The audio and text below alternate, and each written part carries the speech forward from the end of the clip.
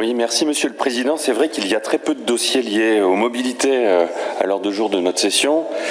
Et permettez-moi de les ramener ici parce que le Président de la République s'est déclaré favorable le 4 septembre dernier à la mise en place d'un pass-rail, vous m'autoriserez à l'allemande, qui se traduit concrètement par un abonnement permettant de prendre le TER en illimité dans tout le pays pour 49 € par mois.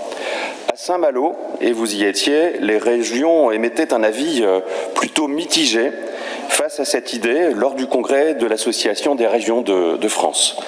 Le 7 décembre dernier, le ministre des Transports a annoncé que ce pass-rail serait finalement mis en place avant l'été 2024. Cela nous amène donc, dans un premier temps, à nous interroger sur le financement d'une telle décision. Alors que l'abonnement mensuel actuel peut excéder 300 € par mois sur le tronçon, par exemple, Brest-Rennes.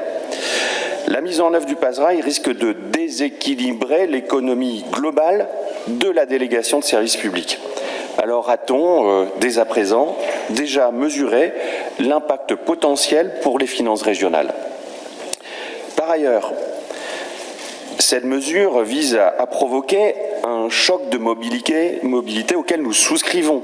Et nous saluons bien évidemment toute mesure d'incitation à des modes plus économes et alternatifs à la voiture lorsque cela est possible. Notre inquiétude se porte sur le dimensionnement de l'offre régionale en conséquence. Que ce soit en termes de capacité, avec des trains déjà saturés sur les pics de fréquentation, sur certains horaires, ou encore au plus fort de la saison estivale, ou encore d'amplitude horaire. Exemple, le dernier TER Rennes-Dinan part à 17h27. Si nous sommes conscients des objectifs inscrits dans la convention signée avec la SNCF la semaine dernière, ils portent une réponse à l'horizon 2040. À plus court terme, l'augmentation de l'offre est plus mesurée en 2024. Sur le grand périurbain rennais, c'est plus 3,7%. Sur Dinan-Lamballe, c'est plus 0,8%.